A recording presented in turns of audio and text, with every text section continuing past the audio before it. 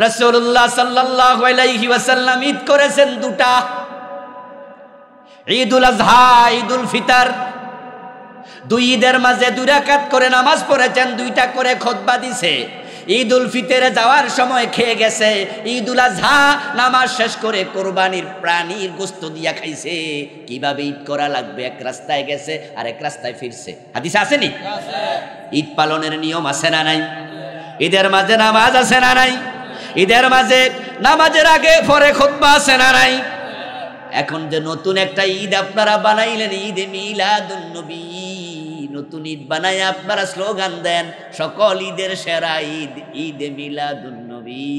যে ঈদে মিলাদুন নবী নামে বাক্যের অস্তিত্ব কোরআন হাদিসে নাই, এটা তো নতুন করে বানাইলেন, আবার ঘোষণা দিয়ে দিলেন এটা নাকি সেরা।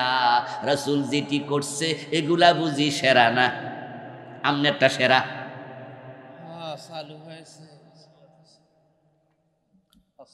আপনি ঈদে মিলাদুন নবী আবিষ্কার করলেন, আমি বললাম ভাইজান কেন এটা করলেন? যুক্তি দিলেন রাসূলের ঈদে খুশি হবো না, উনার জন্ম খুশি হবো না। কথা শুনে মনে হলো তাই তো কথা, খুশি তো হওয়া উচিত। আর আমি বললাম এটা বেদাত। তো উনি দেখেন রাসূলের জন্ম খুশি না। আল্লাহর হাবিবের ইন্তেকালের পরে সাহাবারা জীবিত ছিলেন 90 বছর। কত বছর? এই 90 বছরে কি রবিউল আউয়াল মাস আসে নাই? কতবার আসছে? কতবার? 12 তারিখ আসে নাই? কোন সাহাবী ঈদে মিলাদুন নবী পালন করছে? দলিল দেও। রাসূলের প্রতি সাহাবাদের ভালোবাসা তোমার চেয়ে কম ছিল? তো তুমি বানাইছো ঈদ, তারা তো বানাইলো না। ঘটনা কি? বেদাত নিয়ে বইটা লিখেছি, বাংলাদেশে চলমান 38টা বেদাত লিখেছি, তার মাঝে ঈদে মিলাদুন নবী এই বইটাতে আছে, আলাদা আলাদা লিখেছি। এবং এই বইটা আমি লিখেছি ঈদে মিলাদুন নবী এই বাক্যটাই কোথাও নাই কোরআন হাদিসে। আর ঈদে মিলাদুন নবী দূরের কথা। ঈদে মিলাদুন নবী সাল্লাল্লাহু আলাইহি ওয়াসাল্লামের পক্ষে দু চারজন আজকের মাহফিলে আছেন আমি জানি।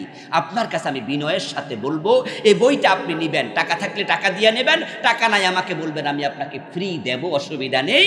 আপনি আপনার হুজুরের কাছে গিয়ে আমার এই বইটা দিয়ে বলবেন উনি এখানে লিখছে ঈদে মিলাদুন নবী এই বাক্যটাই নাকি কোরআন হাদিসে নাই।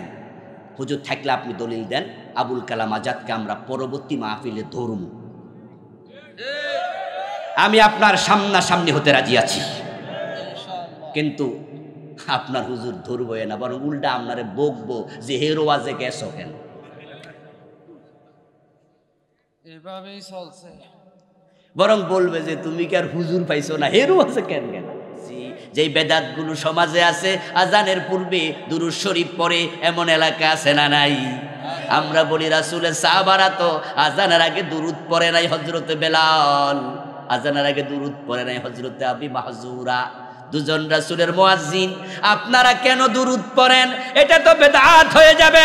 তখন তারা বলে দুরূদ ভালো জিনিস, অসুবিধা কি?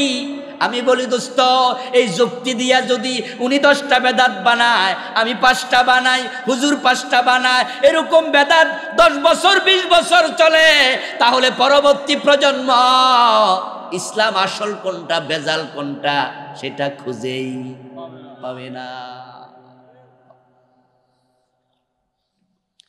এই জন্য প্রিয় নবীজি বলছে আমার ইসলামের মাঝে তোমার হাত দেওয়ার কোনো অধিকার নাই। মাথার মাপে টুপি হবে, গায়ের মাপে জামা হবে, রাসূলুল্লাহর মাপে ইসলাম হবে। ভালো করে বুঝে বাড়ি যাবেন প্রিয় ভাই। আপনার মাথা, আপনার টুপি, আপনার মাপ, আমার আপত্তি নাই। আপনার জামা, আপনার গা, আপনার মাপ, আমার আপত্তি নাই। ইসলাম আপনার না, ইসলাম আমার না, ইসলাম পীর সাহেবের না। তাই আপনার কথা, আমার কথা, পীরের কথা ইসলাম চলবে না, রাসূলুল্লাহর মাপ ইসলাম হওয়া লাগবে।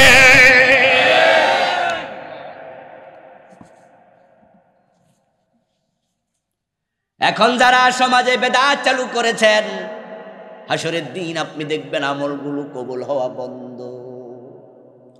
যুক্তি দিয়া বলবেন কামড়া তো বালা, আমিও বলি হ্যাঁ যুক্তি তো বালাই লাগে।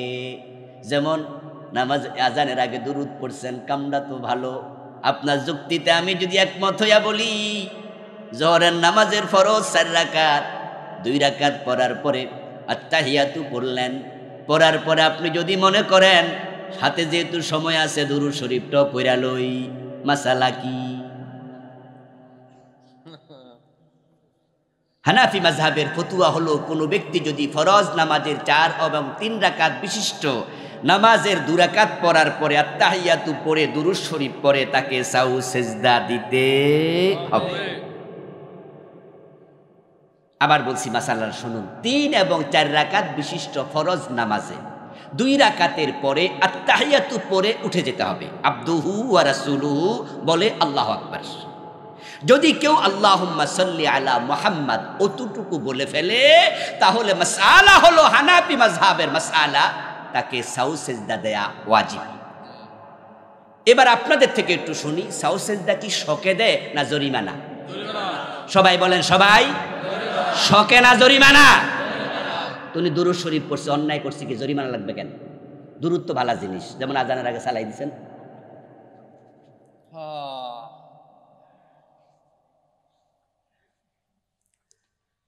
আচ্ছা ভাইয়েরা বলুন তো, ঈদের নামাজে কি আজান আছে? কোনো মুয়াজ্জিন যদি আজান মেরা দেয় আর আপনি যদি তাকে যায় বলেন যে এই ভাই ঈদের দিন আপনি সকাল 7:30 বাজে কিসের আজান দিলেন, আর মুয়াজ্জিন যদি বলে ঈদের নামাজ সামনে আজান দেবো না, বলে এই মেয়ে আজান দিছেন কেন, তখন সে যদি বলে আল্লাহু আকবার কইছি, এটাও আপনার সহ্য হয় না? আপনি দেখি আজান বিরোধী মানুষ। এভাবেই বুঝায়, এভাবেই বলে। প্রশ্ন হলো বেদাত কেন এত খারাপ? কেন শাফাআত নাই? কেন হাউজের পানি নাই? কেন আমল কবুল হয় না? এবার কারণ একটু শুনুন।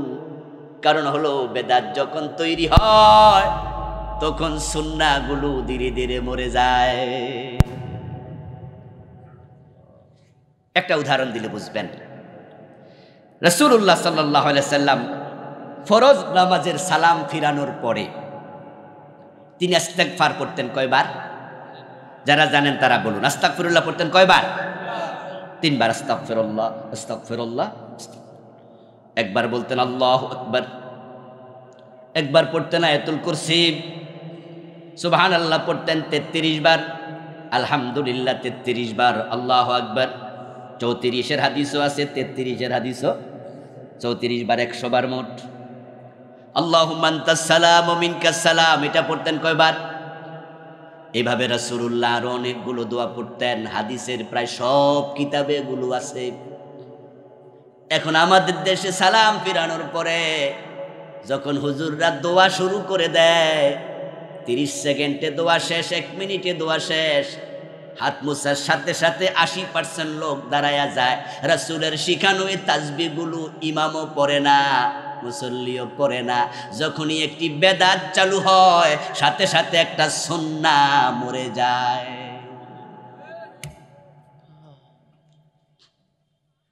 ও প্রিয় ভাই, আপনি যে আল্লাহুম্মা আমিন দোয়াটা চালু করে দিলেন, আল্লাহর হাবিব সাল্লাল্লাহু আলাইহি ওয়াসাল্লাম যখন থেকে নামাজ ফরজ হলো মেরাজের রাত, তখন থেকে ইন্তেকাল পর্যন্ত প্রায় 11 বছর নামাজ পড়ছে। প্রতিদিন যদি 5 ওয়াক্ত পড়ে তাহলে 11 বছরে কত হাজার রাকাত নামাজ পড়ছে। আল্লাহর নবী কোন ফরজ নামাজের সালাম ফিরাইয়া সব সাহাবীদেরকে সাথে নিয়া আমরার মতো দোয়া করেছে একটা হাদিসও নেই। ফজরের টাইমে একদিন করেছে, তা পার্সোনাল দোয়া, এমন একটি হাদিস আছে। এখন আপনি রাসূলের জামানায় উনার জীবনে হাজার হাজার বার তিনি করেন নাই, একদিন করছে, তা আপনি 1-2 দিন করেন। কিন্তু আপনি যে প্রতিদিন শুরু করলেন, এখন যে রাসূলের জিকিরগুলো, এগুলোর খবর কি?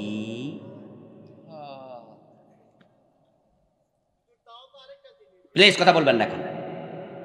আমার ভাই শোনেন, এই যে আপনি আমি এটা শুরু করলাম, আমরা তো ভালোর জন্য করি, দোয়া তো ভালো জিনিস। আচ্ছা, দোয়া কি খারাপ জিনিস?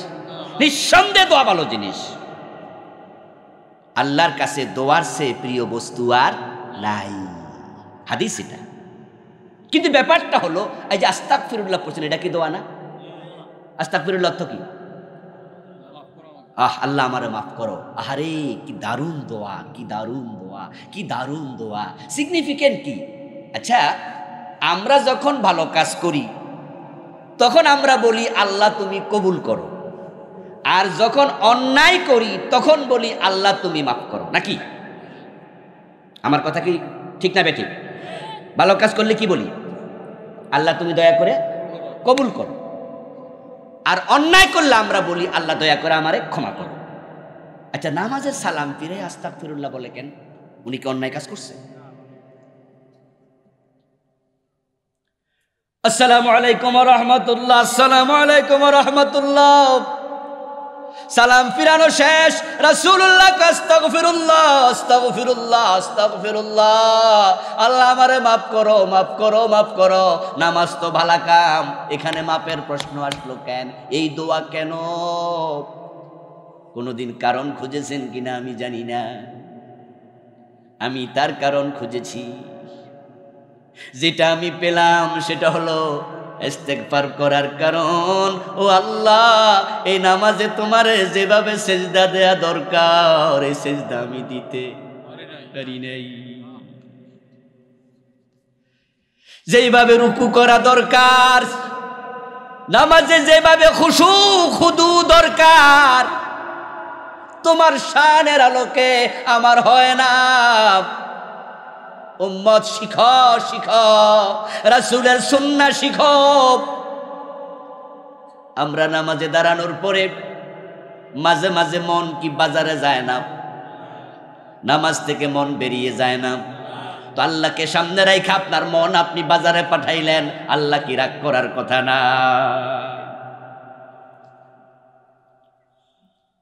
এই যে আপনার নামাজ আমার নামাজে কত ত্রুটি কত বিচ্যুতি, রাসূল শিখাইছে সালাম ফিরায়া 1 নাম্বার আল্লাহরে কইয়া দাও, আল্লাহ আমারে ভুলগুলা তুমি মাফ কইরা। এই কথার ভিতরে আছে এগুলো মাফ করলে নামাজ কবুল করো। এত ভুল এত ত্রুটি সহ তো নামাজ কবুল হওয়ার কথা না। ইস্তেগফারের মাঝে আছে চূড়ান্ত বিনয়ের বার্তা, চূড়ান্ত বিনয়ের বার্তা। আপনি এলাকার রিক্সাওয়ালা, ঠেলাওয়ালা, দিনমজুর, গরিব মানুষ, এলাকার চেয়ারম্যান সাহেবরে দাওয়াত দিচ্ছেন, দুপুরবেলা একবেলা ভাত খাওয়াবেন। চেয়ারম্যান সাহেব আপনার বাসায় আসছে, আসার পরেই আপনি একবারে বাড়ির ঘাটায় যাইয়া চেয়ারম্যান সাহেবরে ইস্তেকবাল দিলেন, সালাম দিয়া স্যার আসেন আসেন আসেন বলতে বলতে ঘরে নিলেন। ঘরে নিয়া বললেন যে স্যার আপনার মতো লোকের আমি কোথায় বসতে দেব, আমার তো দামি চেয়ার নাই, এই একটা চেয়ার আছে প্লাস্টিকের চেয়ার, দয়া করে যদি একটু বসতেন। চেয়ারম্যান সাহেব ওইটাতে বসলো। বসার পরে আপনি এবার সামনে খাবার দিয়া আপনি বলছেন স্যার আপনারে কি খাওয়ামু, আমি গরিব মানুষ, আমি আর কি কিনতে পারমু, কি মাছ খাওয়ামু, কি মুরগি খাওয়ামু, আমার তো সামর্থ্য নাই, আমার বউ অনেক কষ্ট কইরা আপনার জন্য ভালোবাসা দিয়া রানছে, আপনি দয়া করে একটু খান। উনাকে দিচ্ছেন আর আপনি বারবার বলছেন যে স্যার আপনার মতো লোকেরা আমি পারবো না খাওয়াইতে, আমার সে তৌফিক নাই। চেয়ারম্যান সাহেব মনে মনে ভাববে লোকটা গরিব হইল, তার ভিতরে বিনয়। চেয়ারম্যান সাহেব যদি মানুষ হয় সাথে সাথে বলবে আরে মিয়া রাখো তো, অনেক স্বাদ হয়েছে, অনেক ভালো হয়েছে, এরকম করো কেন, ভালো ভালো ভালো, তোমার বউ স্বাদ হয়েছে, দারুণ রাঁধছে, খুশি হয়ে যাবে।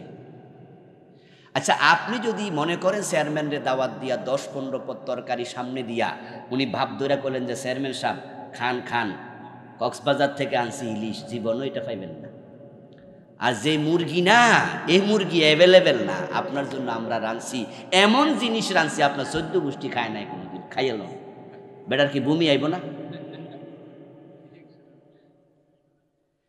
2-4 রাকাত তাহাজ্জুদ পড়ে আপনি যদি আল্লাহরে বুঝাই দেন যে আল্লাহ এমন তাহাজ্জুদ পড়ি বেহেশত আমার না দিয়া কারে দেবেন, আপনার মতো ইবাদতকারীর ইবাদত আল্লাহ নেবে না। আর আপনি আপনার সবটুকু দিয়ে করার পরে সালাম ফিরে বলছেন আস্তাগফিরুল্লাহ আস্তাগফিরুল্লাহ, আল্লাহ আমারে মাফ কইরা দাও, আমি তোমার মতো পারি না, তোমার শানের আলোকে আমি পারি না। আল্লাহ বলবে আমার বান্দার বিনয় আছে, ঠিক কি না? আমার বন্ধু বেদাত যখন আবিষ্কৃত হবে সুন্নাহ তখন মরে যাবে। বেদাত হলো আগাছার মতো, ক্ষেতের মাঝে যদি ধান গাছের সাথে আগাছার জন্ম নেয় তাহলে নিশ্চিতভাবে সে খেতে দান কম হবে। এই জন্য আমরা যারা কৃষক আছি আমরা আগাছা দেখলে উপড়ে ফেলি। এখন যদি আপনারা বলেন হুজুর অসুবিধা কি, নামাজের পরে দোয়া তো কবুল হয়, আমি তো দোয়া করছি। যেই আরেক দল আছে যাদের আমল কবুল হওয়া বন্ধ, ঈমান যাবে না, তারা হলো বেদাতি। ওয়াজ একটু বাড়ি নিয়েন, তাই কথার জবাব দিলেও কলবের মাঝে এগুলো বসবে ভালো। আমল কবুল হয় না, ব্যর্থ হবে, ঈমানও নাই আমলও নাই। মোট কয় দল? মাশাআল্লাহ, বলেন কয় দল? কয় দলের আলোচনা শেষ হইল, বাকি রইছে কয় দল? এখন 4 নাম্বার হলো বেদাতি। যারা বেদাত করে তাদের কোনো আমল আল্লাহ কবুল করে না।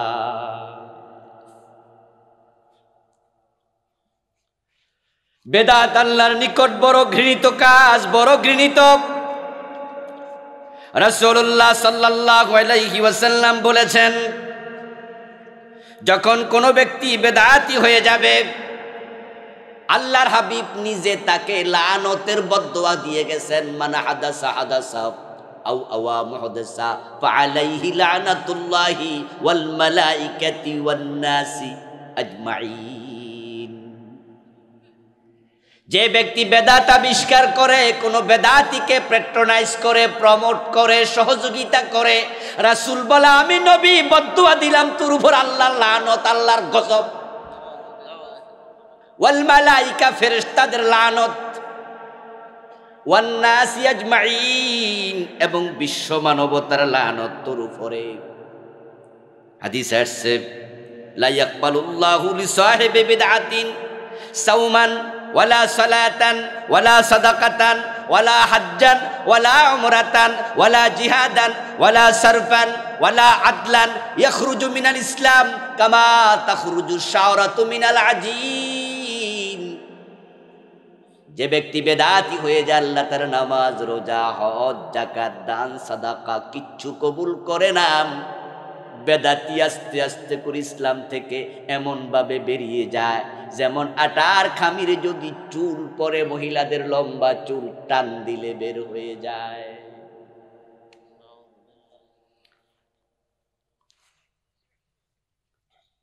আল্লাহর হাবিব সাল্লাল্লাহু আলাইহি ওয়াসাল্লাম বলছেন, ইয়াকুম মুহদাসাতিল উমুর, বেঁচে থাকো নতুন নতুন ইবাদত আবিষ্কার থেকে, বেদাত আবিষ্কার করো না। ফাইন্না কুল্লা মুহদাসাতিন বিদআ ওয়া কুল্লা বিদআতিন দালালা। যত নতুন নতুন ইবাদত বানাইবা এগুলাই বেদাত, আর প্রতিটা বেদাত ভ্রষ্টতা। শাররুল উমুরি মুহদাসাতুহা, যত গুনাহ মানুষ করে, যত অন্যায় কাজ করে, তার মাঝে একটা নিকৃষ্ট অন্যায় হলো ইসলামে নতুন ইবাদত চালু করা। মাঝখানে একটু প্রশ্ন করি, তাহলে একটু মনোযোগ আরো তৈরি হবে। বাংলাদেশে বেদাত আছে কিনা? আছে। সাবধান, আপনি বেদাতি হবেন, আপনার আমল কবুল বন্ধ। শুধু আমলই কবুল বন্ধ হবে না, হাদিসে আসছে, قال النبي صلى الله عليه وسلم حلت شفاعتي لأمتي إلا صاحب بدعتين। আমার সব উম্মতের জন্য হাসরের দিন আমার সুপারিশ অনুমোদিত। আমি নবী সুপারিশ করব, শাফাআতি লিআহলি কাবাইর মিন উম্মতি, আমার উম্মতের মাঝে যারা কবিরা গুনাহ করেছে আমি নবী তাদের জন্য সুপারিশ করব। ইল্লা সাহিবা বিদআহ, তবে যে বেদাতি তার জন্য সুপারিশের অনুমতি নাই। বেদাতির জন্য আল্লাহ সুপারিশের অনুমতি দেবে না। বেদাতির আমল কবুল হবে না। বেদাতি হাসরের ময়দানে রাসূলের সুপারিশ পাবে না। আজকের মাহফিলে আমরা যারা আছি, নিজের আমল দিয়ে জান্নাত পাবেন, রাসূলের সুপারিশ না হইলেও চলবে। নিজের আমলের উপরে এতটা ভরসা কার কার আছে? একটু হাত তোলা দেন দেখি। দেন দেন দেন দেন, মাশাআল্লাহ, এক দুইজন পাওয়া গেছে। তাহাজ্জুদ কাজা করে না কোনোদিন। এক দুইজন পাওয়া গেছে যারা নিজের আমলের ব্যাপারে খুবই কনফিডেন্ট ওয়ালা, বুঝে নাই আর কি কোন কামে হাত তোলা দিচ্ছে। আরে আরে রাসূলের সাহাবীদের কথা একটু মাঝখানে বলি। একজন সাহাবীর কথা আমার ভাইরা না বুঝে হাত তুলেছে। আল্লাহর নবী সাহাবী একজন রাসূলের কাছে এসে বলে, ইয়া রাসূলুল্লাহি মাতা সাআব? ক্বালা ওয়াইহাক মা আদাত্তা লাহা? ক্বালা মা আদাত্তু লাহা ইল্লা আন্নী উহিব্বুল্লাহ ওয়া রাসূলাহু। ক্বালা আনতা মা মান আহাব্বাতা। রাওয়াহুল বুখারী। প্রিয় নবীজির কাছে একজন সাহাবী আসলেন, এসে বললেন, ইয়া রাসূলুল্লাহ, আমি একটা বিষয় জানতে আসছি। সে বিষয়টা হলো, হুজুর কিয়ামত কবে হবে, তারিখটা একটু কোন? কোরআনে তো আল্লাহ বলছে ইকতারাবাতিস সাআহ, কিয়ামত ঘনায়া গেছে, কিয়ামত অত্যাসন্ন। তাহলে আপনি মনে হয় জানেন কিয়ামতটা কোন মাসে, কোন তারিখে, কোন বছর? মাতাস সাআতু, আমি জানতে আসছি হুজুর কিয়ামতের তারিখটা একটু কোন? প্রশ্নটা রাসূল পছন্দ করলেন না, তাই তিনি বললেন, ওই হাক, বেটা দূর হোক। মাদাত্তা লাহা, আমি নবী তোর কাছে জানতে চাই, এই যে তুমি আসছো কবে কিয়ামত, এই তারিখ জানার জন্য। কিয়ামত কি জিনিস বোঝো? কিয়ামত মানে তো হলো আল্লাহর সামনে পুরা জীবনের হিসাব দেওয়ার জন্য উপস্থিত হওয়া। তাহলে আমি বুঝছি মনে হয় আখেরাতের ব্যাপারে তোমার প্রস্তুতি খুব ভালো। তাই আগে আমারে বলো, আখেরাতের ব্যাপারে কি কি প্রস্তুতি নিছো? ওই সাহাবী বুঝা লাইছে প্রশ্নটা কইরা ভুল হইছে, রাসূল তো পছন্দ করে নাই।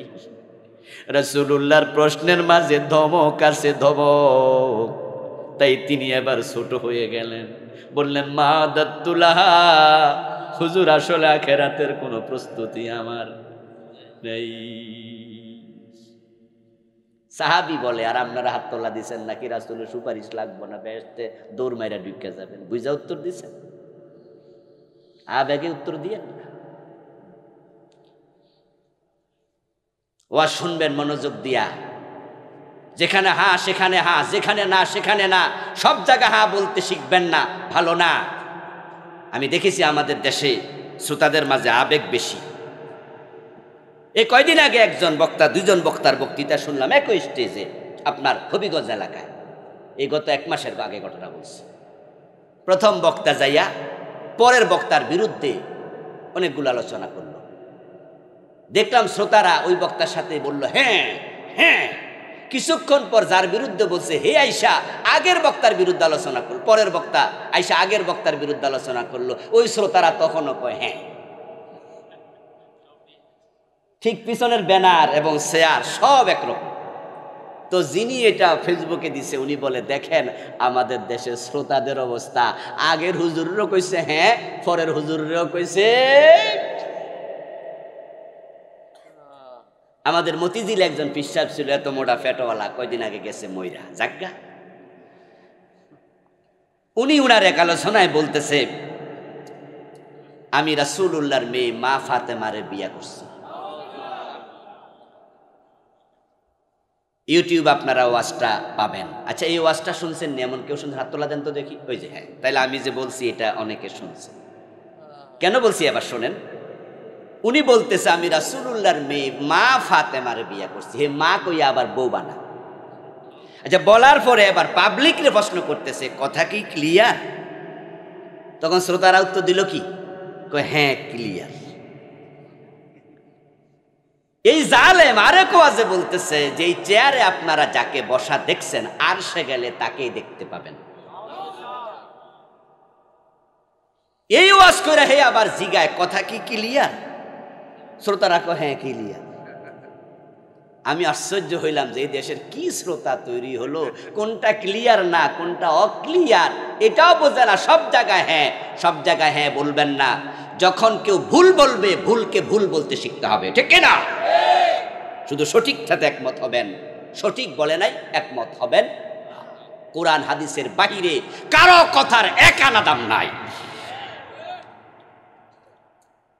আমার প্রিয় ভাই, জবাব দিন, জান্নাতে যাওয়ার জন্য রাসূলের শাফাত দরকার আছে না নাই? আমাদের সবার অন্তরে রাসূলুল্লাহ সাল্লাল্লাহু আলাইহি ওয়াসাল্লামের শাফাতের তামান্না আছে না নাই? কিন্তু বেদাতির জন্য সুপারিশের অনুমতি নাই। সহিহ বুখারীতে এসেছে, যারা বেদাতি হবে তাদের জন্য হাউজে কাউসারের পানিও তাদের কপালে নাই। قال النبي صلى الله عليه وسلم نفرتكم يوم القيامة على الحوض। প্রিয় নবীজি বলতেছেন, আমি কিয়ামতের দিন সব মানুষের আগে হাউজে কাউসারের সামনে চলে যাব। আমার উম্মতেরা হাউজে কাউসারের পানি পান করতে যাবে, আমি তাদেরকে পানি পান করতে দেব। মাইয়াশরাব লাম ইয়াজমা আবাদা, মান শারাবা মিনহা মিনহু লাম ইয়াজমা আবাদা। যে ব্যক্তি এক গ্লাস পানি কাউসার থেকে পান করবে কোনোদিন পিপাসিত হবে না। মা হুয়া শাদ্দু বিয়াদাম মিনাল লাবান ওয়া হালা মিনাল আসাল وَأَطْيَبَ مِنَ الْمِسْكِ زَانُهُ كَنُجُومِ السَّمَاءِ زَوَايَاهُ سَوَاءٌ مَسِيرَةُ شَهْرٍ। প্রিয় নবী বলছেন, শোনো, আমার হাউজের পানি হবে দুধের চেয়ে সাদা, মধুর চেয়ে মিষ্টি, মেশকের চেয়ে সুগন্ধিওয়ালা, এবং তার বাহুগুলো এত লম্বা হবে, একটা ঘোড়া যদি 1 মাস লাগাতার দৌড়ায় যত দূর যাবে আমার হাউজের একটা পাশ তত লম্বা হবে, এবং সেটা হবে মুরাব্বা, চতুষ্কোণ বিশিষ্ট। জাওয়ায়াহু সাওয়াউন। আমার উম্মত সেখানে লাখ লাখ কোটি কোটি হাজির হবে পানি পান করার জন্য। তারা সেখানে যানজট মানব জট তৈরি করা লাগবে না, ভিড় হবে না। কারণ কি জানুহু কানুজুমিস সামা, আমার হাউজের পেয়ালা হবে তত, আকাশে তারকা আছে যত। আমার উম্মত পানি পান করবে, ফেরেশতারা হেল্প করবে, পানি পান করাতে থাকবে। ফায়াতিনি আকওয়াম ইয়ারিফুনানি ওয়া আনা আরিফুহুম। একদল লোক আমার কাছে আসবে, যারা এসে আমাকে উম্মত পরিচয় দেবে, আমিও তাদেরকে উম্মত মনে করে চিনে নেব, আমি তাদেরকে উম্মত মনে করে পানি দেওয়ার জন্য আগাবো। ফায়ুহালু বাইনি ওয়া বাইনাহুম, হঠাৎ করে দেখব তাদের মাঝে আর আমার মাঝে একটা পর্দা পড়ে গেছে। ও যারা বোঝেন তারা একটু জবাব দেন, পানি কি রাসূল হাতে দিতে পারছে? জবাব দেন না, হাতে দিতে পারছে? মাঝখানে কি পড়ে গেল? পর্দাটা ফেলে দিয়েছেন কে? কারণ সেদিন সবকিছু থাকবে কার নিয়ন্ত্রণে? ওয়াল আমরু ইয়াউমা ইযিন লিল্লাহ। আপনারা ভাববেন না ব্যক্তির নিয়ন্ত্রণে থাকবে, শাফাত ও রাসূলের নিয়ন্ত্রণে থাকবে না, কোন ফিরের নিয়ন্ত্রণে থাকবে না। সবকিছু কার নিয়ন্ত্রণে? কুল লিল্লাহিশ শাফাআতু জামিআ। ও নবী, আপনি বলে দেন শাফাত আল্লাহর হাতে, আল্লাহর হাতে। মান যাল্লাযী ইয়াশফাউ ইনদাহু ইল্লা বিইذনি, আল্লাহর অনুমতি ছাড়া কেউ শাফাত করতে পারবে না। ওয়ালা ইয়াশফাউনা ইল্লা লিমান ইরতাদা। আরে কায়েত আল্লাহ তাআলা বলেন, সুপারিশকারী যারা আছে, কারা কারা সুপারিশ করবে? নবীরা করবে, ওলামারা করবে, শহীদরা করবে, জান্নাতি মানুষেরা করবে, ছোট বাচ্চা যারা নাবালক অবস্থায় মারা গেছে তারা তাদের মা বাবার জন্য করবে, কোরআন সুপারিশকারী হবে, রোজা সুপারিশ করবে। আছে না? আখিরাত নিয়ে আলহামদুলিল্লাহ আমি লম্বাই বইটা লিখেছি, গত নভেম্বরে বইটা আসছে, 400 পৃষ্ঠার বই। এখানে আমি 550 উপরে হাদিস লিখেছি আলহামদুলিল্লাহ। তার মাঝে শাফাত কারা কারা করবে এগুলো আমি আলাদা আলাদা করে সব দলিল আকারে এনেছি। 500 উপর আয়াত এনেছি বইটাতে। আমার লেখা মোট 7টা বই আছে, এটাও আছে। ওহির আয়নায় পরকাল, মৃত্যু থেকে জান্নাত জাহান্নাম পর্যন্ত সব ডকুমেন্টারি হাদিসের নাম্বার দিয়ে তুলে ধরেছি। ইনশাআল্লাহ স্টেজে বইটা দেওয়ার পরে পাবেন, 7টা বই আমার পাবেন আজকে। যাদের পক্ষে সম্ভব সংগ্রহ করবেন। ওয়াজ তো আর সব মনে থাকবে না, কিছু ভুলে যাবেন, কিছু মনে থাকবে, আবার 1 মাস পরে অনেক কিছু ভুলে যাবেন। কিন্তু বাড়িতে বই থাকলে বারবার পড়ার সুযোগ। শাফাত কারা করবে এটাও আলাদা আলোচনা আছে। যাই হোক, শাফাতকারী যারা শাফাত করবে, ওয়ালা ইয়াশফাউন, আল্লাহ বলে তারা সুপারিশ করবে না, ইল্লা লিমান ইরতাদা, শুধু তারা সুপারিশ করবে তার জন্য আল্লাহ নিজে যার উপরে রাজি আছে অনুমতি দেবে। যার জন্য আল্লাহ অনুমতি দেবে না তার জন্য কোনো নবীও সুপারিশ করলে কাজ হবে না। ইব্রাহিম আলাইহিস সালাম কুনার বাবা আজরের জন্য সেদিন সুপারিশ করবে? হাদিসে আছে পারবে না, করবে না। আল্লাহরে এমনি বলবে, ইয়া রব্বি ইন্নাকা কাদ ওয়া'আদতানি আল্লা তুখজিনি ইয়াউমাল কিয়ামা ফাআইয়ু খিজইন আখজা মিনাল আবি আল আবআদ। ইব্রাহিম আজরকে যখন দেখবেন হাতে পায়ে শিকল লাগাইয়া জাহান্নামে ফেরেশতারা টেনে হেঁচড়ে নিয়ে যাচ্ছে, তখন তিনি আল্লাহকে বলবে, আল্লাহ আমার বাবা লাঞ্ছিত, আমার তো শরম লাগে, এগুলো বলবে। কিন্তু আল্লাহ তুমি আমার বাবার সাইরা দাও, এ কথা ইব্রাহিম নবীও বলবে না, কারণ কাফের মুশরিকের জন্য সুপারিশের অনুমতি।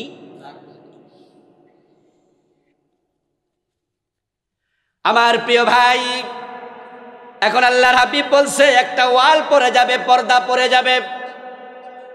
যখন পর্দা পড়ে যাবে, ফাকুলু ইন্নাহুম মিন্নি, তখন আমি বলবো তারা তো আমার উম্মত, কেন পানি দিতে পারলাম না? ফায়ুকাল ইন্নাকা লা তাদরি মা হাদাসু বাদাক, ফেরেশতারা দৌড়াইয়া এসে বলবে, হে রাসূল আপনি জানেন না আপনার ইন্তেকালের পরে, তিরোধানের পরে, দুনিয়া থেকে বিদায় গ্রহণের পরে এই উম্মত নামের লোকগুলো ইসলামের মাঝে কত বেদাত বানাইছে। ইন্নাকা লা তাদরি মা হাদাসু বাদাকা, তারা ইসলামটাকে একবারে পরিবর্তন করে ফেলছে। ফাকুলু সুহকান সুহকান লিমান গায়্যারা বাদি, রাওয়াহুল বুখারী, সহিহ বুখারীর হাদিস শোনালাম। প্রিয় নবী বলেন, তখন আমি বলবো দূর হ, দূর হ, তোদের জন্য হাউজে কাউসারের পানি নেই। আচ্ছা, কোনগুলো বেদাত এগুলো আমি নাই বললাম আজকে, 2-1টা হয়তো বলবো আপনাদের অনুমতি যদি পাই, কারণ বেদাতের বিরুদ্ধে কথা বললে কেউ খেপে না, কিন্তু বেদাত দরায়া দিলে অনেকে খেপা যায়। বলে যে হুজুর একবার আমার গায়ে পড়লো, তখন আর সহ্য করে না, এজন্য সব আমরা কই না, কিছু কিছু কই আর বাকি দিই ইজিলি রাখা যায় যে আস্তে আস্তে করে বুঝে নিয়েন। কিন্তু একটা জিনিস আমি আপনাদেরকে বুঝাইতে চেষ্টা করেছি, যারা বুঝলেন তারা একটু দয়া করে মেহেরবানি করে আল্লাহর সন্তুষ্টির জন্য জবাব দেন, বেদাত ভালো জিনিস না খারাপ জিনিস? বেদাত পরিত্যাগ করা দরকার আছে না নাই? কুল্লু বেদাতিন দালালা, বেদাত মানেই খারাপ। রাসূল কয় বেদাত মানে খারাপ, আর আপনি করবেন বেদাত ভালো জিনিস।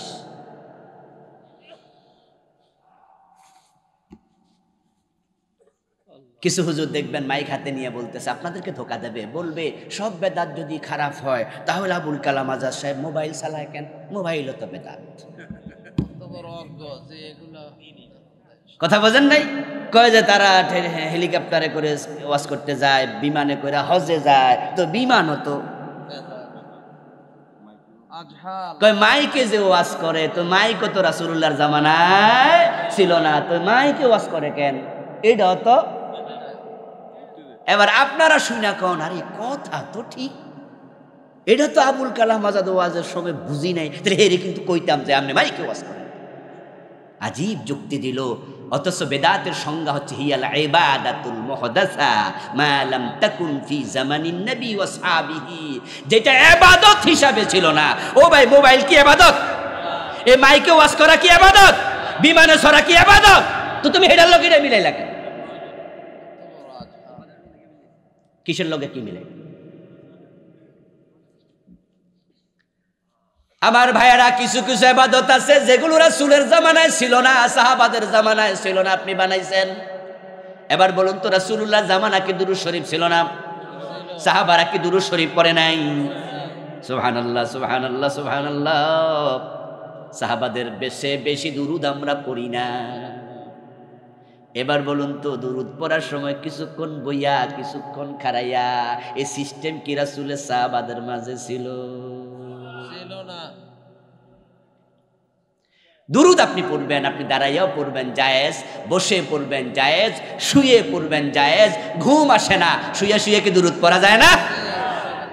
দুরূদ পড়তে পড়তে ঘুমায়া যাও, হতে পারে তোমার ঘুমে রাসূলের জিয়ারত হয়ে যাবে। দুরূদ পড়তে পড়তে ঘুমায়া যাও। চা দোকানে বসে আছেন, মুদি দোকানে বসে আছেন, আপনার কাস্টমার নাই, বসে বসে মোবাইল না টিপ্পা গল্প গুজব না কইরা দুরূদ শরীফ পড়া যায় না? দাঁড়ায় আছেন গাড়ির জন্য, বাস স্ট্যান্ডে বাস আসে না, দাঁড়ায় দাঁড়ায় দুরূদ শরীফ পড়েন। আমরা তো মানা করি না, কিন্তু আপনারা যে মিলাদ কিয়াম নামে একটা সিস্টেম বানায় লাইছেন, কিছুক্ষণ পরে ইয়া নবী কইরা খাড়াই যাবেন, আর যদি কেউ না খাড়ায় তাহলে হের দিকে এমনি ছায়া থায়, কইরা তো বেদফ বলে কিনা, বলে কিনা, হে তো খাড়াইলো না রে। আপনি সিস্টেমটা পাইলেন কই? আপনি দাঁড়াইয়াও পড়তে পারবেন, বসেও পড়তে পারবেন, শুয়েও পড়তে পারবেন, কোনো অসুবিধা নাই, কিন্তু সিস্টেম বানানোর অধিকার আপনার রেখে দিল। আর যখন থেকে সিস্টেম চালু হয়েছে, অনেক মানুষকে পাবেন তারা ব্যক্তিগত দুরূদ শরীফ আর পড়ে না, খুব কম। মনে করে দুরূদ পড়তে হলে এটা মিলাদের আয়োজন করা লাগবে।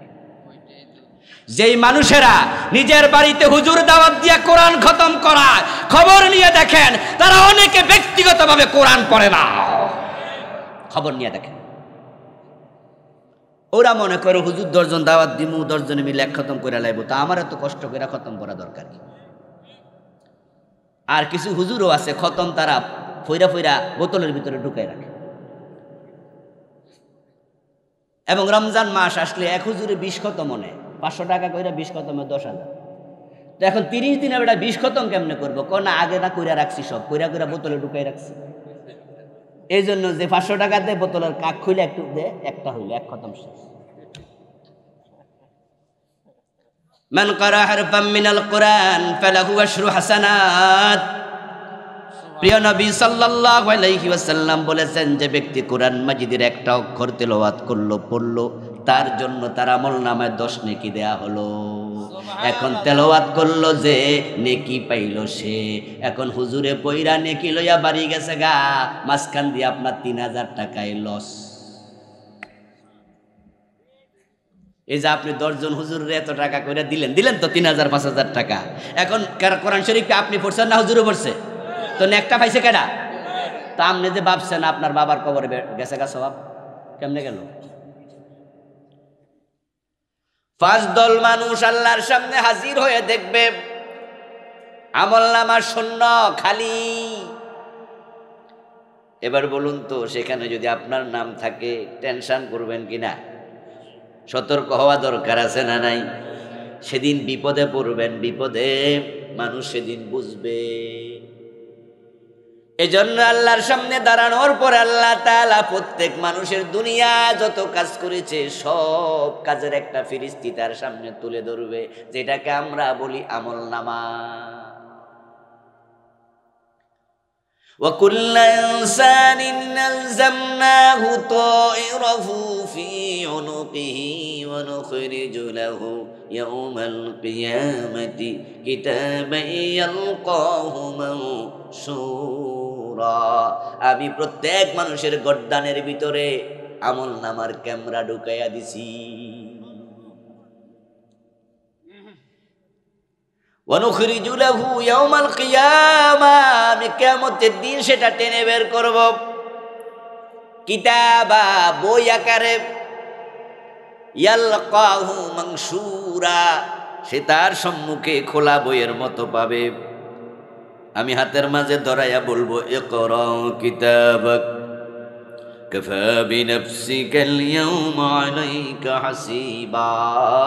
তোমার আমলনামা তুমি পড়ো, এটা পড়ার জন্য কোনো সহযোগীর প্রয়োজন নাই, তুমি একাই যথেষ্ট।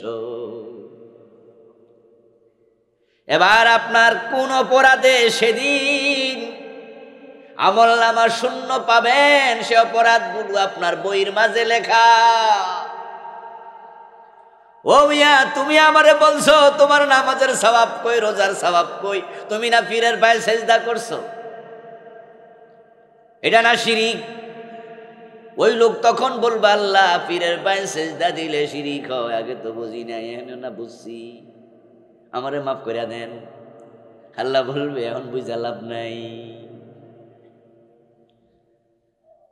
নৌকা ডুবাইয়া বুঝবেন না ডুবানোর আগে বুঝবেন?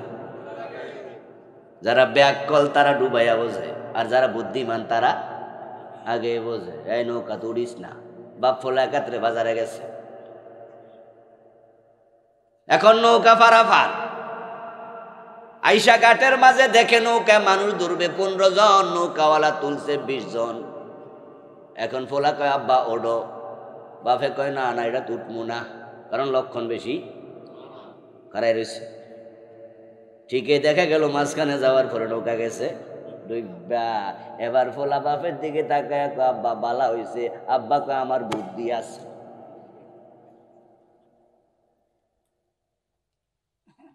নৌকা পারাপারের সময় লোক ধরবে 5 জন উঠছে, 10 জন ধরবে, 15 জন উঠছে, 20 জন। এখন ডুবু ডুবু অবস্থা। আর একটা মোটা সোটা এত মোটা 2.5 মণ ওজনের বেড়া লড়তে লড়তে আইছে। আইয়া কো না ভিক্ষারাও, মাঝি আমারে নেও। মাঝি কয় ভাই তুই উঠলে উপায়,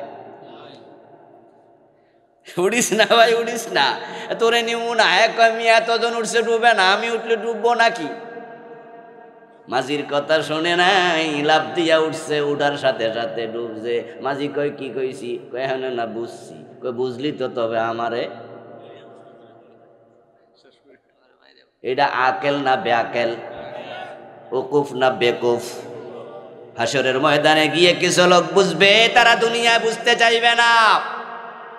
এই যে ওয়াজের মাঝে আমরা বলছি পীরের পায়ে সেজদা দিলে শিরিক হয়, তারপরও সেজদা দেয়া বন্ধ করে না। পীরের পায়ে সেজদা দিছি আরো দিমু, এমন কিছু ব্যাককল আছে না নাই? আমাদের কথা শুনবে না, বুঝে নেবে না। শরীয়তের মৌলবী কি বোঝে? শরীয়তে সেজদা দেয়া আল্লাহ ছাড়া অন্যরে জায়েজ নাই, মারেফতে জায়েজ আছে। শরীয়তের হুজুররা বোঝে না, এজন্য পিসায় হুজুর কইছে এটার নাম সেজদায়ে তাজিমি। মুরিদরে বুঝ দিয়া দিছে, যদি আল্লাহ ছাড়া অন্যরে সেজদা দিলে ঈমান যাইতো, শিরিক হতো। তাহলে ফেরেশতারা যে আদম নবীরে সেজদা দিছে, ফেরেশতার ঈমান যাইতো নি? মুরিদ কয় কথা তো ঠিক। তাহলে আল্লাহ ছাড়া অন্যরে সেজদা দিলে যদি ঈমান চইলা যায়, তো ফেরেশতা দিছে ওদের ঈমান আছে না গেছে? কয় না না ফেরেশতাদের ঈমান তো আছে। কয় টেনশন করিও না, আবুল কালাম আজাদ বাশারদের কথা শুননা টেনশন করিও না, আমারে সেজদা দেও, তোমরা ঈমানও যাইতো না। এটার নাম বানাইছে সেজদায়ে তাজিমি। এটা তাজিমি সেজদা। ও প্রিয় ভাই, দলিল কি? কোরআন শরীফের আয়াত, ফাসাজাদাল মালাইকাতু কুল্লুহুম আজমাউন। আল্লাহ কোরআন মাজিদে বলছে সব ফেরেশতারা আদম নবীরে সেজদা করছে। এখন এটাই তাদের দলিল। আপনাকে আমি প্রশ্ন করি, দোস্তরা জবাব দিয়েন, আদম নবী ফেরেশতারা উনাকে সেজদা করেছে, এই যে কোরআনের আয়াত, বন্ড ফিররা সেজদায়ে তাজিমির পক্ষে দলিল দিল। এই আয়াত আবু বকর, ওমর, ওসমান আগে শুনছে না আমরা আগে? তো আবু বকর, ওমর, ওসমান এই আয়াত দলিল দিয়া রাসূলরে সেজদা দিছে কয়দিন? তো এই আয়াত যদি মানুষরে সেজদা দেওয়ার দলিল হইতো, তাহলে তো সাহাবারা রাসূলকে সবচেয়ে বেশি সেজদা দিত। পীরের প্রতি মুরিদের যে সম্মান আছে, মুরিদদের পীরকে তাজিম করে, সাহাবারা রাসূলুল্লাহকে তাজিমের সে কম করত না, বেশি করত? তো এই আয়াতের দলিল দিয়ে তারা সেজদা দিল না কেন? হযরত ফাতেমা উনার বাবারে সেজদা দিত, হযরত আয়েশা তার স্বামী মুহাম্মদকে সেজদা দিত। যদি এই আয়াত দলিল হইতো, তারা তো আমাদের আগে শুনছে। রাসূলুল্লাহ সে বড় কোনো পীর নাই, সাহাবীদের সে বড় কোনো মুরিদ নাই, কিন্তু একজন সাহাবী রাসূলকে কোনোদিন সেজদা দেয় নাই। সুতরাং সেজদায়ে তাজিমি বলতে কোনো সেজদা নাই। ফেরেশতারা যে হযরত আদম রে দিছে দেয়ার জন্য ফেরেশতাদেরকে আদেশ করছে কে? তো আল্লাহর আদেশ সুন্নাহ নফল না ফরজ? তাই তো ফেরেশতারা শুনেছে। আর তুই বেটা ভণ্ডপীর, তুই যে সেজদা নেস, তোরে সেজদা দেওয়ার জন্য আল্লাহ কোন জায়গায় কইছে দেখা।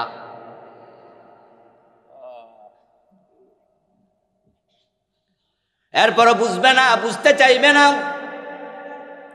এই মানুষগুলো আল্লাহর সামনে যাওয়ার পরে বুঝবে। তখন তারা আল্লাহকে কি বলবে আবার শুনুন কোরআন থেকে। ওই যে নৌকা ডুবাইয়া কিছু লোক বুঝবে, তখন তারা হাসরের ময়দানে ধরা খাইয়া বলবে ওয়ালাউ আন্না লানা কাররাতান ফানাকুনা মিনাল মুমিনিন। ও আমার রব, দয়া করে আমাকে দুনিয়ায় একটা বারের জন্য পাঠাও, আমি আবার মুমিন হয়ে ফিরে আসব, আমি আর শিরিক কুফর করব না। আল্লাহর কাছে বলবে আমার আরেকবার পাঠাও। আমি সবার থেকে জবাব চাই, দয়া করে জবাব দেন, আরেকবার পাঠানোর কোনো সম্ভাবনা আছে? বরং সেদিন আল্লাহ ফেরেশতাদেরকে বলবেন খুযুহু ফাগুল্লুহু সুম্মাল জাহিম সাল্লু। ও ফেরেশতারা তারে ধর, জাহান্নামের বেড়ি পড়ায়া দে, জাহান্নামের মাঝখানে ফেলে দে। 30, 40, 50, 100 বছর হায়াত দিছি, বেটা বিয়া করতে জানছে, ছেলে মেয়ের বাবা হতে জানছে, চাকরি বাকরি ব্যবসা কইরা জায়গা জমিন কিনতে জানছে, রাজনীতি করে চেয়ারম্যান মেম্বার এমপি মন্ত্রী হইতে জানছে, কত কিছু জানলো, কোন কাজ করলে ইমানটাই থাকে না। আসলটা জানার টাইম নাকি পায় নাই। বেটা কয় আরেকবার দুনিয়ায় যাবে, এই সুযোগ আমি কাউকে দেই না, তারা জাহান্নামের মাঝখানে ফেলে দে।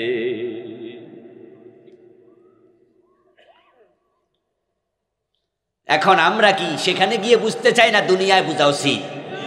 আজকে ওয়াজ শোনার পরে যদি আপনার কাছে মনে হয় ওই 5 দল ব্যর্থ মানুষের মাঝে আমার নামটাও তো আছে, আপনি যদি আজকে এটা বোঝেন, এখন তাওবা করার সুযোগ আছে কিনা? এখন সুযোগ আছে। হ্যাঁ, এই বুঝটা আজকেই নেন। আল্লাহ বড় রহমান,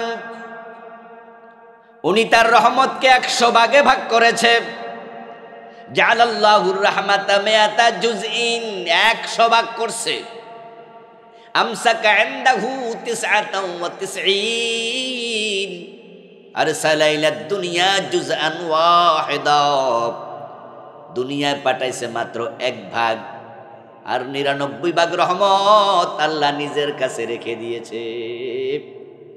যখন তিনি ফার্স্ট কলম বানান, ফালাম্মা খালাকাল্লাহুল কালামা ক্বালা লাহু উকতুব ফাকালাল কালামু মা আকতুবু ইয়া রাব্বাল আলামিন ক্বালা আকতুব সাবাকাত রাহমাতি গাদাবি।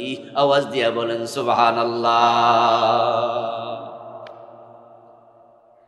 আল্লাহ তাআলা যখন 1 নাম্বার সৃষ্টি হিসাবে কলমকে বানালেন, 1 নাম্বার সৃষ্টি কি তা নিয়ে অনেকগুলো বক্তব্য আছে। কেউ বলছে প্রথম সৃষ্টি পানি, কেউ বলছে প্রথম সৃষ্টি আরশ, কেউ বলেছে প্রথম সৃষ্টি কলম। এভাবে বিভিন্ন বক্তব্য আছে, মনীষীদের বক্তব্য। তবে প্রথম সৃষ্টি রাসূলের নূর, এরকম কিছু হাদিসও আছে। তবে ওই হাদিসের ব্যাপারে মুহাদ্দিসদের বক্তব্য হলো এগুলো জাল। প্রথম সৃষ্টি আরশ, প্রথম সৃষ্টি পানি, প্রথম সৃষ্টি কলম, এগুলো নিয়ে মনীষীদের কথা ভিন্ন ভিন্ন, এগুলো জাল নয়।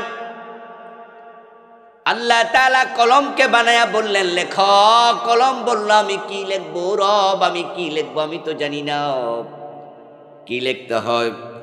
আল্লাহ তাআলা তখন বললেন লেখ সাবাকাত রাহমাতি গাদাবি। লৌহে মাহফুজে প্রথম লেখা। বাংলা অর্থ হলো আমি আমার বান্দাদের কর্ম দেখে, তাদের অন্যায় দেখে যতই রাগ হই না কেন, সব সময় আমার রাগের উপর আমার রহমত বিজয়ী থাকবে।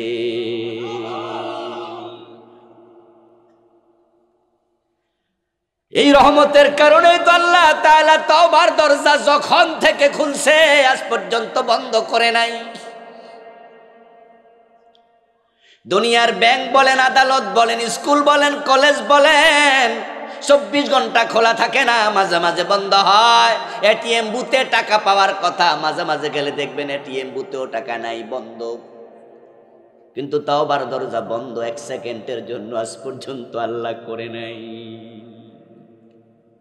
রাসূলুল্লাহ সাল্লাল্লাহু আলাইহি সাল্লাম বলেন, কিয়ামতের পূর্বে পশ্চিম দিকে সূর্য উঠবে, তখন তাওবার দরজা বন্ধ হয়ে যাবে, তখন আর তাওবা করে কোনো লাভ হবে না। قال النبي صلى الله عليه وسلم إن الله يقبل توبة العبد ما لم يغرغر। প্রিয় নবী সাল্লাল্লাহু আলাইহি ওয়াসাল্লাম বলেন, ও আল্লাহর বান্দারা শোনো, তোমার মৃত্যুর গড়গড়া শুরু হওয়ার আগ পর্যন্ত আল্লাহ তোমার তাওবা কবুল করতেই থাকবে। আজকের মাহফিলে আমরা যারা আছি, আমাদেরকে মৃত্যুর গড়গড়া শুরু হয়েছে, তাহলে তাওবা করার সুযোগ আছে না নাই? পশ্চিম দিকে কি সূর্য এখনো উঠছে? তো তাওবার দরজাটা খোলা আছে না নাই? এখন গুনাহ লইয়া মরলে আল্লাহর দোষ কি? আল্লাহর কি দোষ? তাওবার দরজা তো খোলা ছিল, কেন তাওবা করলা না? ও প্রিয় ভাইয়েরা, 5 গ্রুপ মানুষ ব্যর্থ হবে।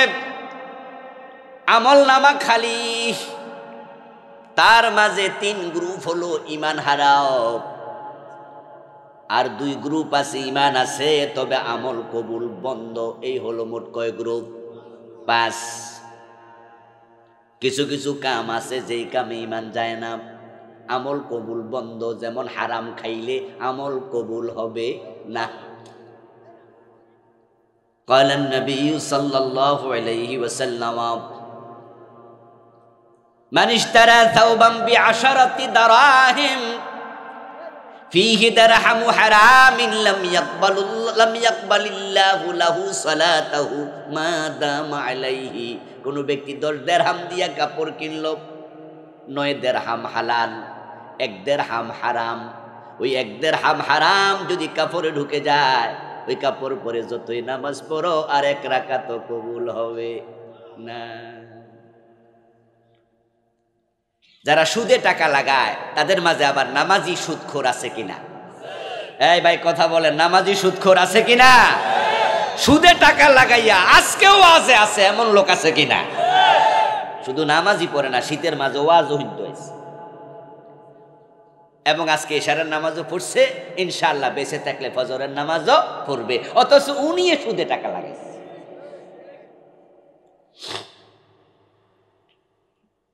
ذكر الرجل يطيل السفر أشعث وأغبر يمد يديه إلى السماء فيقول يا ربي يا ربي يا ربي ومطعمه حرام ومشربه حرام وملبسه حرام وغذي بالحرام فأنى يستجاب لذلك رواه مسلم।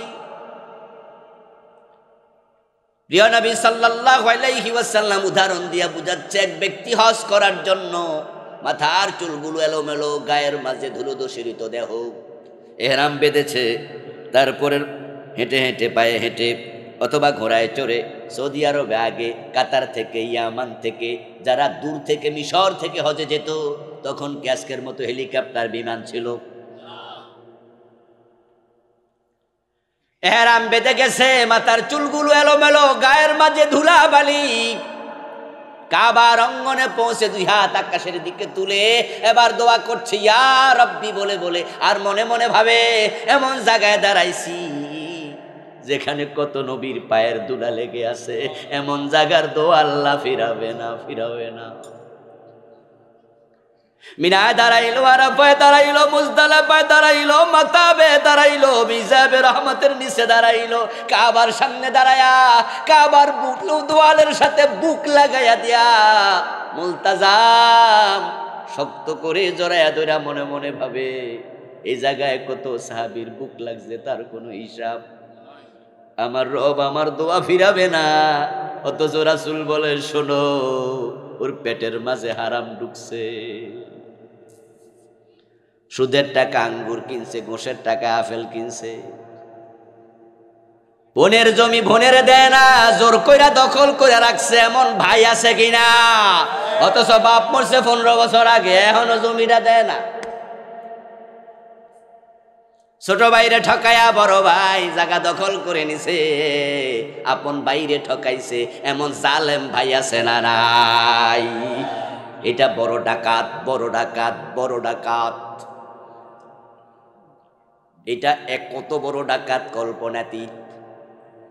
দেশে যারা গাড়ি ডাকাতি করে, মানুষের বাড়িতে ডাকাতি করে, রাস্তায় দাঁড়ায়া দাঁড়ায়া ডাকাতি করে, ডাকাতদেরকে কখনো নিজের এলাকায় ডাকাতি করতে দেখবেন না। এটা তারা করে না, কারণ তারা গামছা দিয়া মুখ বাঁধছে, তোয়াল্লা দিয়া, এটা মাফলার টাফলার দিয়া শুধু চোখ দেখা যায়, চিনতে পারবেন না। এরপরে ছুরি হাতে লইয়া কয় এ কি আছে দেও। তা আপনি যদি এলাকার লোক হয়, কণ্ঠ শুনে আপনি তো কইবেন আব্বাস নিরে, ঠিক না? যদি আপনার এলাকার ডাকাইত হয় আর হে আপনার মুখ টুক বাইন্দেও যদি কয় কি আছে তো, তা আপনি তো চোখ দেখেও চিনা লাইবেন, আপনি কইবেন কি রে তুই কামরুল না? এই জন্য যারা ডাকাতি করে তারা নিজের এলাকায় করে না, দূরে যায়া করে। আর যে বেটা বোনের সম্পদ খায়, নিজের ছোট ভাই ঠকায়, হে নিজের মায়ের পেটের ভাই বোনের সাথে ডাকাতি করে, ঠিক না? এটা ছোট ডাকাত না বড় ডাকাত? এমন 2-4 জন আজকের মাহফিলেও।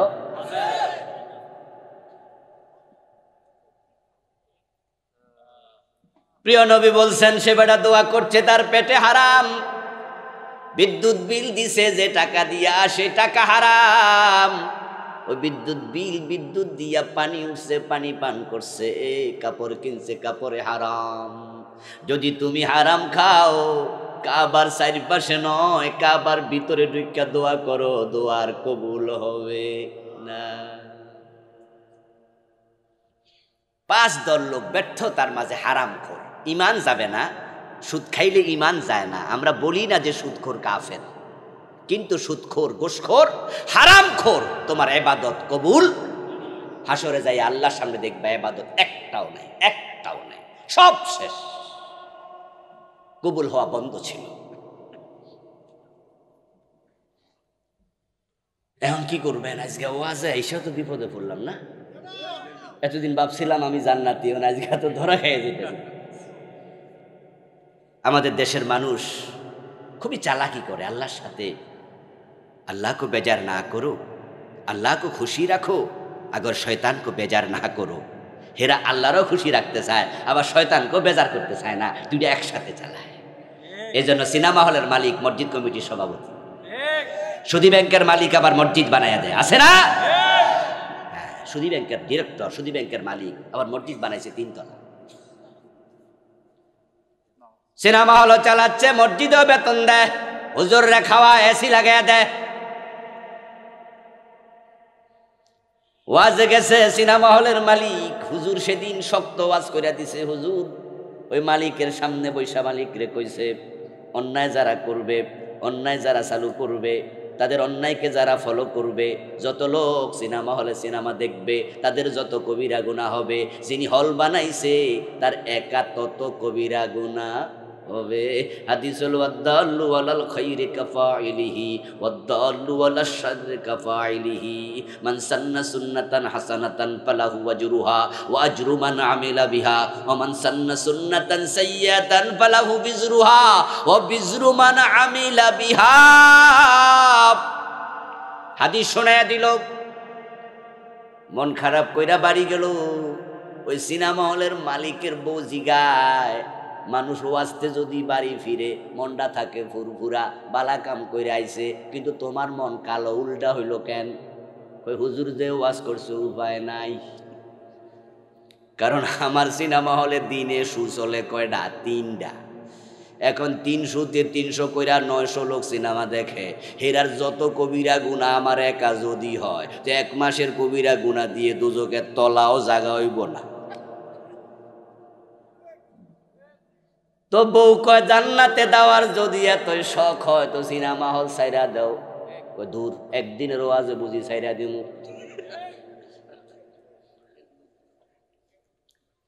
যেই পরিমাণ টাকা প্রতি মাসে আয় হয় তুমি বুঝবা না, তো তাহলে কি করবা? কয় ভাবো সিনেমা হল রাইকা জান্নাতে কেমনে যাওয়া যায়, হে বুদ্ধি খোঁজো।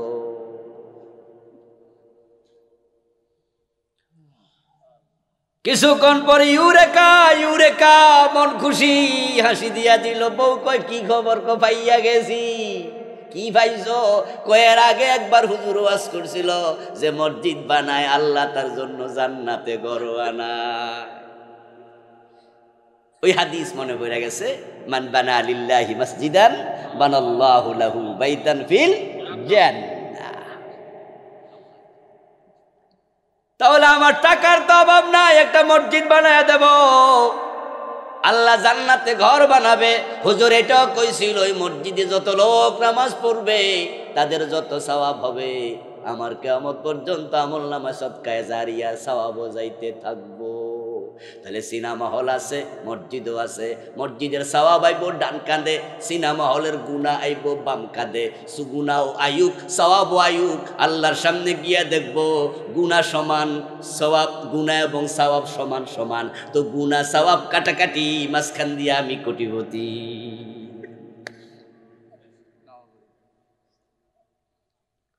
এই দুশ্চিন্তা, এই দুঃস্বপ্ন দেখছে জান্নাতে যাওয়ার জন্য, তাই তো সিনেমা হলের মালিকরা মসজিদে টাকা দেয়। ঘুষখোররাও আল্লাহর জান্নাতে যাওয়ার স্বপ্ন দেখে, সুদের টাকা দিয়ে হজে যায়, এমন লোক আছে কিনা? মানুষের টাকা মেয়েরাও বেড়া হজে যায়। আমাদের পুরান ঢাকার এক লোকের কথা শুনলাম, হজে যাবে, এলাকার বড় মাস্তান। এখন হজে যাওয়ার আগে মানুষের দেনাফানা আছে কিছু, এগুলো ক্ষমা চাইতেছে, যার কাছে যেমনে পায়, ভাই আমারে মাফ করেন, আমি হজে যাইতেছি, আল্লাহ তো আর জানি না ফিরাই আনবে কিনা, এজন্য আমারে মাফ করেন। তো মানুষ তো লজ্জা শর্মে পইরা অনেকে কি কয়, জান জান জান। আর যারা বেশি জালেম হেরার লোক ঝগড়া করে তো আরো বিপদ। তো অনেকে মনে মনে কয় যা হজ করে ভালো হয়ে গেলে জুলুম তো কমবো, তো ঠিক আছে যান। একবারটা জমি দখল করছে, হের কাছে গেছে, বাজে কয় ভাই তোমারও তো আমি অনেক ক্ষতি করছি, আমারে মাফ করো। হে কয় জি না, আপনি যে আমার জমি নিয়েছেন এটা ফিরাই না দিলে কোনো মাফ নাই।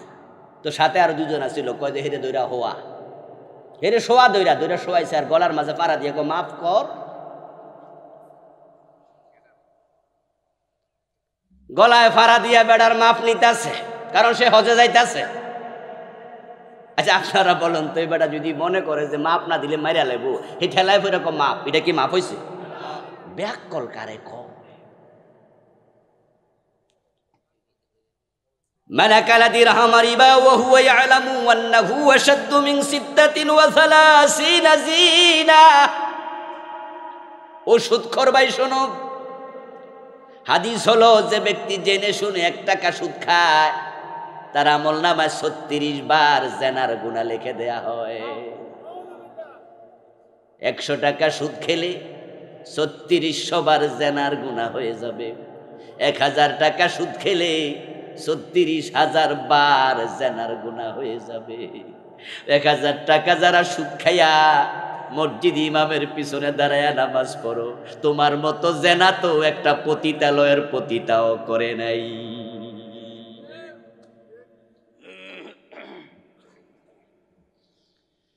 যে পতিতা দেখলে তুমি থুতু দাও, যে পতিতা মারা গেলে ইমাম তার জানাজার ইমামতি করতে চায় না, বলে হের আবার কিসের জানাজা, কুত্তার মতো খাদায়া দে। 500 টাকা 1000 টাকা দিলে আরেক বেটার সাথে শুয়া গেছে, এই মহিলার কিসের জানাজা? জাহান্নামের কি থুতুমার। ওই পতিতার সন্তান বড় হলে ভদ্রলোক বিয়ে করায় না, কয় বাবার ঠিক নাই জারজ, যাকে এত ঘৃণা করলেন। হিসাব করে দেখবেন প্রতিদিন যদি 10-12 পতিতা জেনা করে 50 বছর টানা, তাও 36,000 বার জেনা হয় না। আর আপনি যদি 1000 টাকা সুদ খান, অলরেডি 36,000 বার জেনা করে বসে আছেন। এবার বলুন তো, পতিতা বেশি খারাপ না সুদখোর বেশি খারাপ?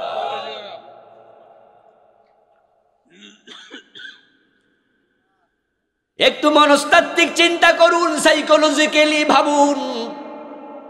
আমাদের দেশে তো কত নেকেট চরিত্রা, দুশ্চরিত্রা মহিলা আছে, পতিতাবৃত্তি করে, কিন্তু কোন নেকের চরিত্রের নারী তার ভাইয়ের সাথে নিজের বাবার সাথে জেনা করে, এটা কোনোদিন শুনছেননি? এটা শুনবেন না, এটা হয় না। যতই খারাপ হোক, নিজের বাবার সাথে মায়ের সাথে কেউ জেনা করে না। আর যারা সুদ খাও, ও প্রিয় ভাই শোনো, সুদ খাইলে ৭৩টা গুনাহ হয়। আইসারুহা আইয়ান কিহার রাজুলু উম্মাহু, ৭৩ গুনার মাঝে সবচেয়ে ছোটটা হলো নিজের মায়ের সাথে জেনা করা।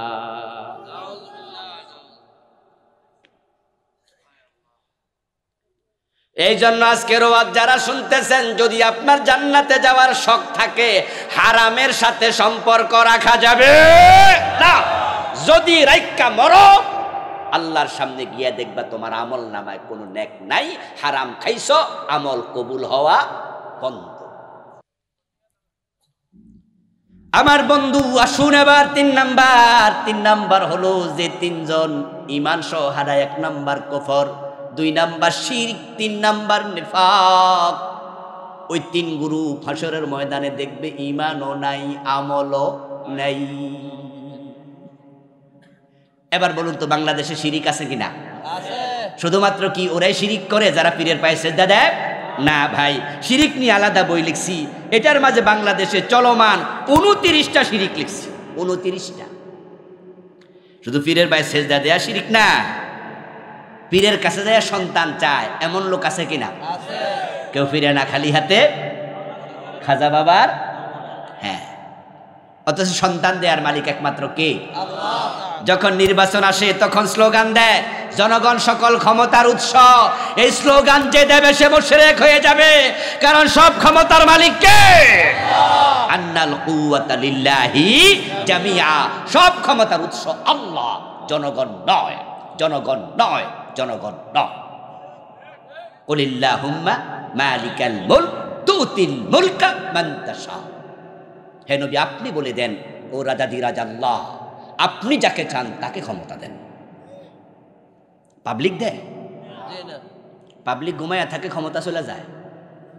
গোমুত্রীরা দেখে তাহাজ্জুদের সময় কাম শেষ। এমন ঘটনা আমাদের পাশের রাষ্ট্রে, ঠিক না? এটা কলম্বিয়া। এদেশের কথা কইলে আবার মুসিবত, এজন্য কইলাম না। আমার প্রিয় ভাইয়েরা সাবধান, জনগণ সকল ক্ষমতার উৎস। এই কথা যারা বলেছেন তাদের সবাইকে তাওবা করার আহ্বান জানাচ্ছি। তাওবা করে আল্লাহকে বলে দেন, আল্লাহ আমি ফিরে আসলাম, এখন থেকে বলবো সব ক্ষমতার মালিককে। হিন্দুদের যখন দুর্গা পূজা আসে তখন একদল লোক নতুন করে মুশরিক হয়। আরেকটা স্লোগান বাংলাদেশে ঢুকেছে, প্রাইমারির বইয়ে পর্যন্ত এসে গেছে, যে স্লোগানটা আজ থেকে 10 বছর আগেও আমরা জানতাম না, এটা ছিল না এই দেশে। হিন্দুরা পূজা করেছে শত শত বছর ধরে। আমাদের বাংলাদেশ সম্প্রীতির দেশ, এখানে কোনো রকমের দ্বন্দ্ব নাই, কোনো রকমের সংঘাত নাই। আমাদের হিন্দু ভাইয়েরা মন্দিরে পূজা করে, বৌদ্ধটা তাদের পেগোডায় যায়, খ্রিস্টানরা তাদের গির্জায় যায়, আমরা আমাদের মসজিদে যাই। আমাদের ইসলামও বলেছে লাকুম দীনুকুম ওয়ালিয়া দীন, তোমার ধর্ম তোমার, আমার ধর্ম আমার। হিন্দুরা পূজা করুক, আমরা বাধা দেব না। আমরা যদি কিছু দিতে চাই সেটা হলো আমরা দাওয়াত দেব, ঠিক না? আমরা তাদেরকে দাওয়াত দেব, বুঝাবো যে আল্লাহর উপর ঈমান আনো, শিরিক মূর্তি পূজা ছাড়ো। কিন্তু যখন আমাদের দেশে এখন মূর্তি পূজার সময় আসে, হিন্দুদের দুর্গা পূজা আসে, তখন মুসলমানের সন্তানরা পর্যন্ত বলে ধর্ম যার যার, উৎসব সবার। নতুন ফিতনা, নতুন ফিতনা। কিয়ামতের আগে ফিতনা হবে কাকিতাইল লাইলিল মুসলিম, অন্ধকার রাতের আধারের মতো। সূর্য ডুবলেই হঠাৎ করে পৃথিবী অন্ধকারচ্ছন্ন হয় না, কিছু কিছু আস্তে আস্তে আস্তে আস্তে ১-১.৫ ঘন্টা পরে তামাম দুনিয়া কালো হয়ে যায়।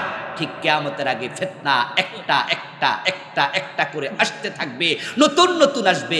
ইসবিহু ফিহার রাজুলু মুমিনান ফায়ুমসি কাফিরা। প্রিয় নবী ১৪০০ বছর আগে বলে গেছে, অবস্থা এমন হয়ে যাবে, মানুষ সকাল বেলায় মুমিন থাকবে, সন্ধ্যা বেলায় কাফের হয়ে যাবে।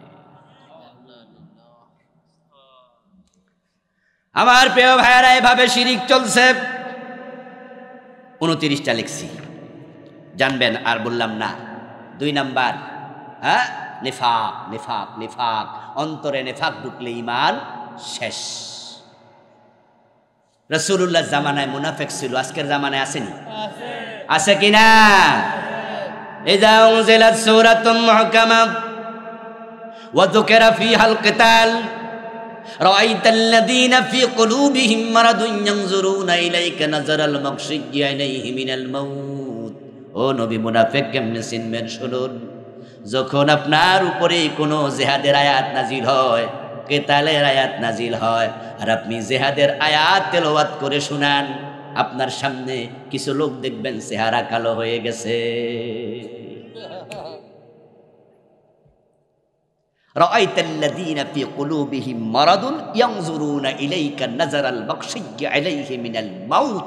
জিহাদের কথা শুনলে তারা আজরাইলকে দেখে, তারা মনে করে জিহাদে গেলে তো মইরা যামু, আর মইরা গেলে তো সব গেল, তাই জিহাদ ভালো লাগে না।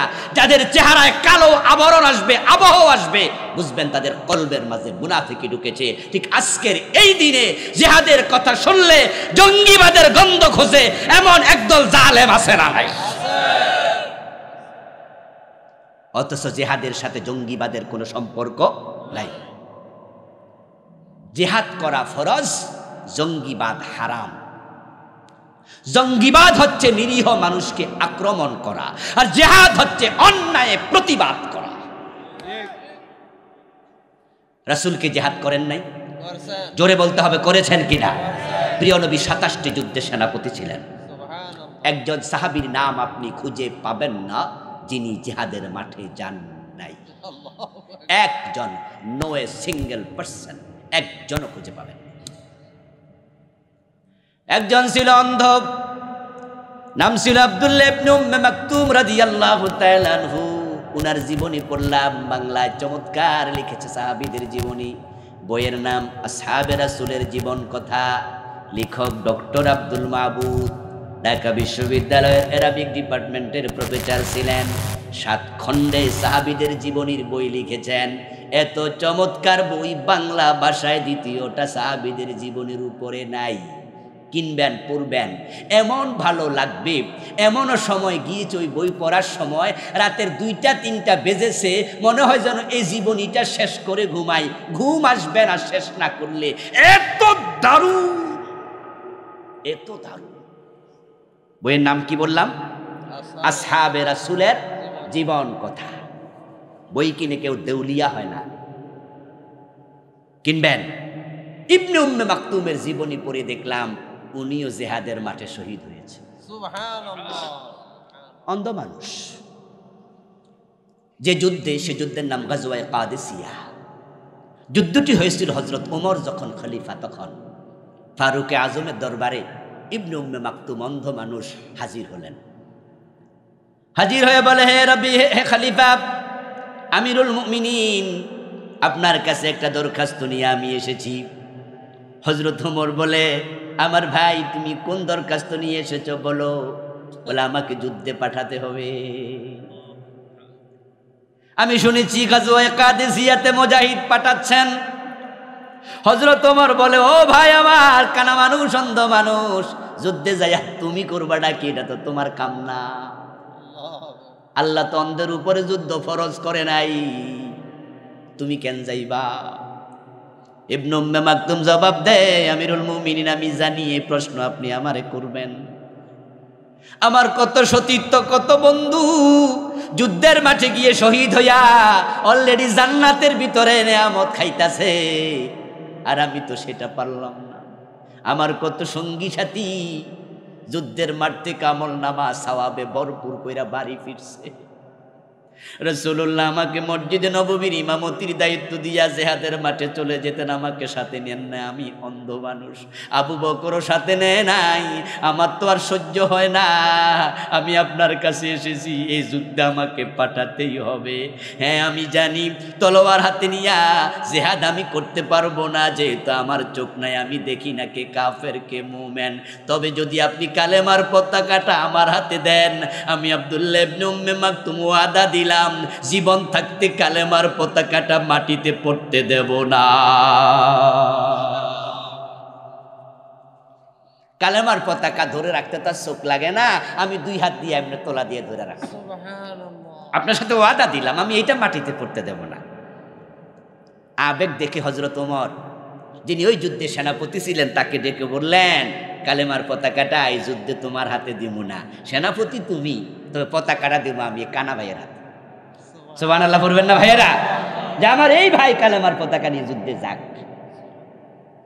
আব্দুল্লাহ ইবনে মাকতুম চলে গেলেন যুদ্ধের মাঠে, কালেমার পতাকা হাতে নিয়ে দাঁড়িয়ে আছেন। যুদ্ধ যখন প্রচণ্ডভাবে শুরু হলো, সাহাবারা এদিক সেদিক এক একজন মাঠের এক এক জায়গায় চলে গেল। যার হাতে কালেমার পতাকা সে যে মুসলিম তা বুঝতে কি কাফেরদের কষ্ট হয়েছে? হওয়ার তো কথাও না। তীর মারল, বল্লম মারল, বর্ষা মারল, আব্দুল্লাহ ইবনে মাকতুম শহীদ হয়ে মাটিতে পড়ে গেলেন। উনার লাশ যখন দেখতে গেলেন সাহাবারা, গিয়ে দেখেন তখনও 2 হাতে কালেমার পতাকা ধরে আছে, তখনও ছাড়ে নাই।